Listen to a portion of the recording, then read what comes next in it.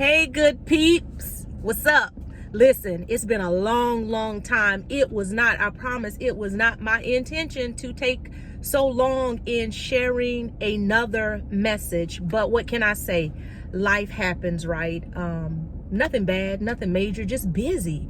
And so, this isn't my full-time gig, but I do enjoy creating and sharing messages for what I hope will be encouragement to those who listen. So I do enjoy sharing these messages, and it's never my intention to allow so much time to pass between sharing messages. But like I said, just been busy these past couple of weeks, might be a month now, and I'm just now able to share a message with you today. Hope everyone's been doing exceptionally well.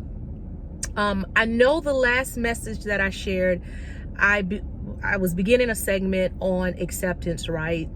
The process that I went through towards accepting things in life, things that needed to change in ways that I wanted to change, or being okay with the fact that some things won't change, and maybe accepting whatever that position was in life. And so I do want to continue that, but I'm going to break away just a little bit because I was going down memory lane. Just so to give you a sneak peek into who I am as a person, I'm very sentimental. I hold on to letters, cards, pictures, notes, whatever that have some sort of meaning for me. And over the years, I've held on to a countless amount of journals. And so let me back up and just say welcome to all of those who have been faithfully following the channel for some time, and for the new folks who this may be your first time hearing a message by me. I'm Latasha Tasha. I'm not even going to get into all the cliche, just one ministry, daring woman. I am all those things and more, but I'm just so happy that you stopped to take a listen to the message that I have to share today. So back up or go forward.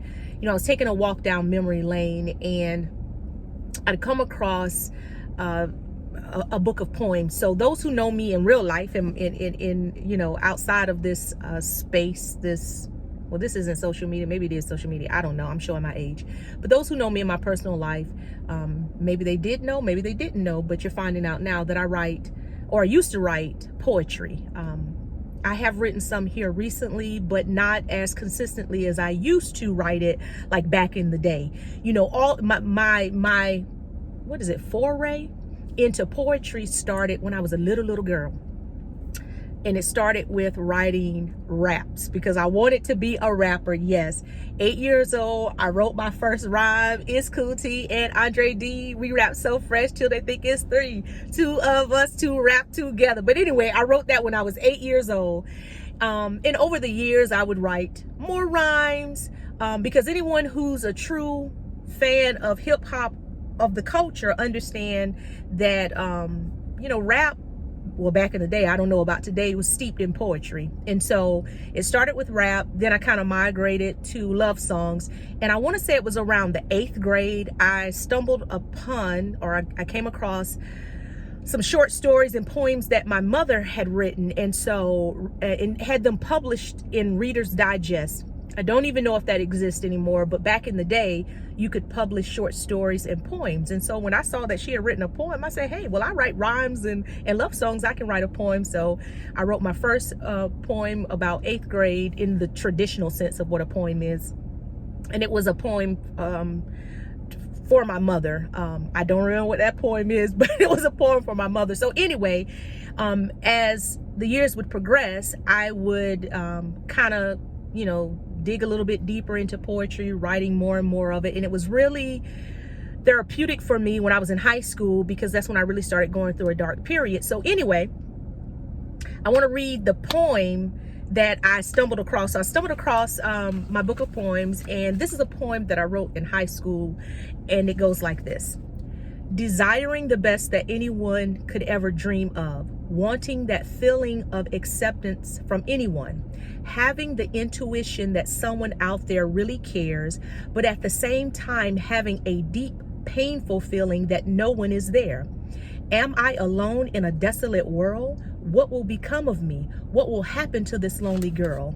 Am I to live a life of discontentment, never happy, and never admitting it? Am I destined to be alone? Y'all, this is sad. When I read through a lot of these poems I wrote through high school, I said, wow, if my mom would have discovered this journal when I was in high school, she should have put me in therapy. If I discovered poems that were as depressing and as dark for one of my children, we're having a conversation, we're going through therapy.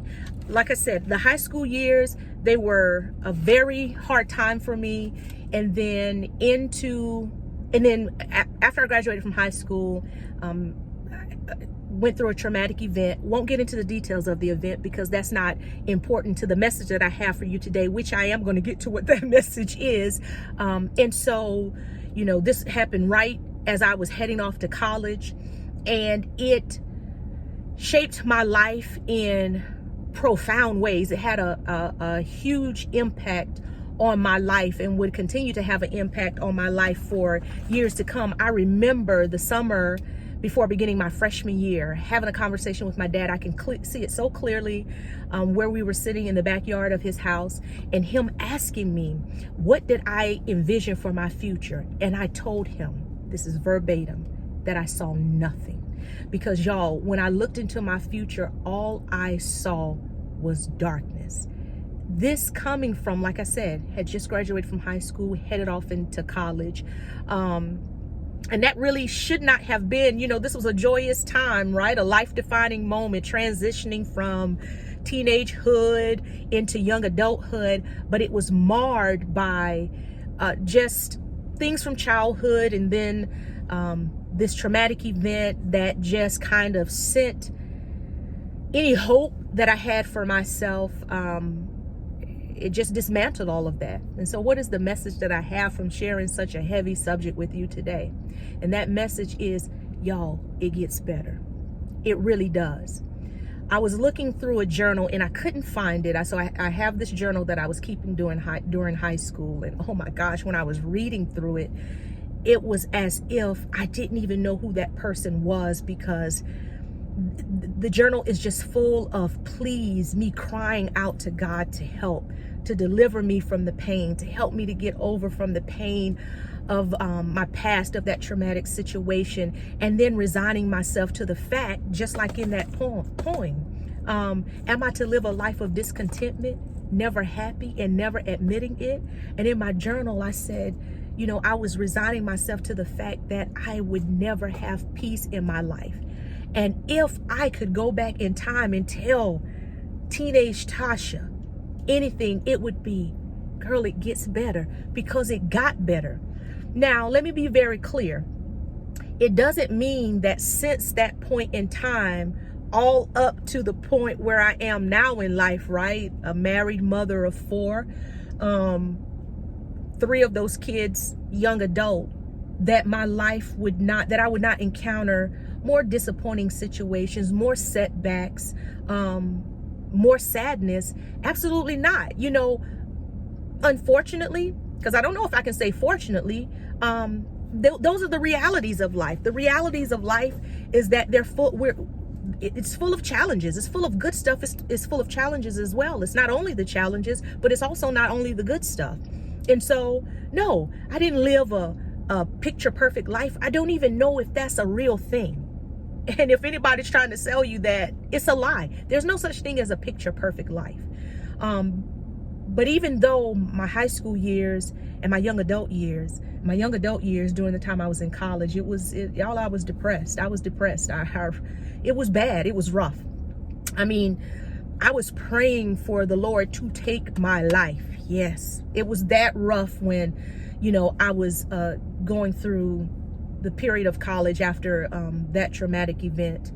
That's just how dark it had gotten for me. And so when I came across that journal, when I came across those poems, and to see that God really kept me, y'all, I don't know what message has been preached as it relates to Christianity, that you come to Jesus Christ and everything is golden and perfect from here on out. It's absolutely not, because we still live in a world, and we still live in a world where people have the freedom and choice to live as they choose.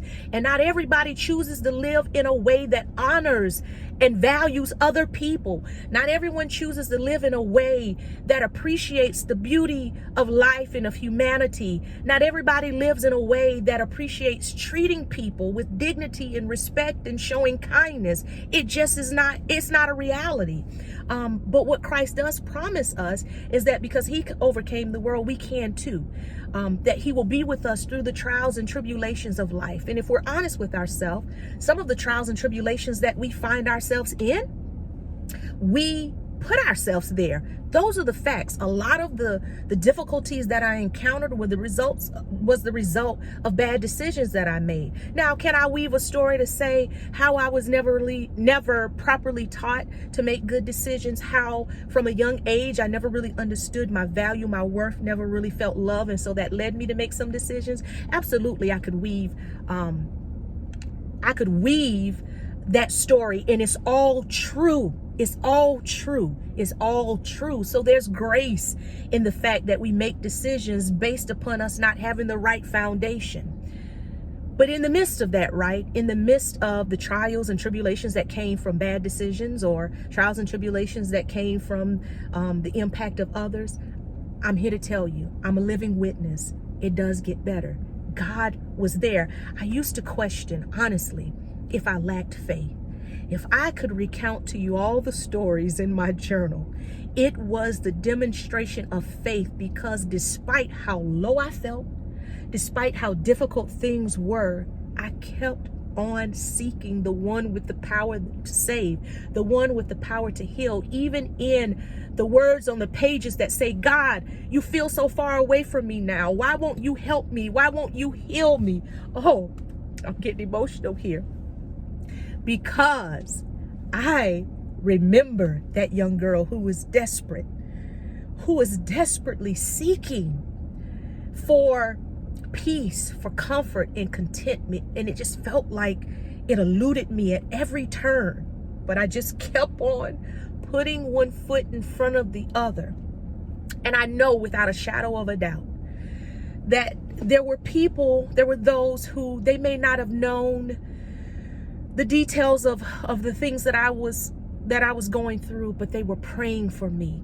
And it is the prayers of the faithful, no doubt the ones who had come before me, that prayed me into existence, that allowed me to withstand the onslaught of the enemy. And so I just want to encourage someone who thinks that who right now it might feel to you like it doesn't get better, that God is so far away, that no matter where you are, no matter the corner you turn, peace eludes you. Your life is full of discontentment. It does get better. I will not and cannot promise you that the rest of your days, your remaining days, will be lived without, disappointments or discouragements. But what I can promise you is that God, he who is faithful, he will see you through. I'm telling you, this is just one of many poems. Just one of many poems that really just give you a look into kind of what I was going through those teenage years, and definitely could share more that are probably darker than that. But the point of the matter is, and how I want to leave on this note, is that it does get better. My prayer for you is that you would continue to seek God. If you haven't been seeking God, that you would seek God, and that God would surround you with people who can uphold you and support you. Because over the years, I have engaged in therapy at different levels. There was one point where I used medication, not for very long. And me saying that is not to say that using medication for any length of time is wrong. Everybody's journey is different. I'm telling you specifically what my journey was. But through it all, right, despite whether or not I used medication at one point, or whether or not I sought therapy, the one thing that was consistent outside of God, right, is having a support system and having trusted individuals that I could go and that I could speak to and that I could share and who could encourage me, much like I'm encouraging you. Y'all, it gets better. Believe and trust that. And until next time, take care and be blessed, my friends.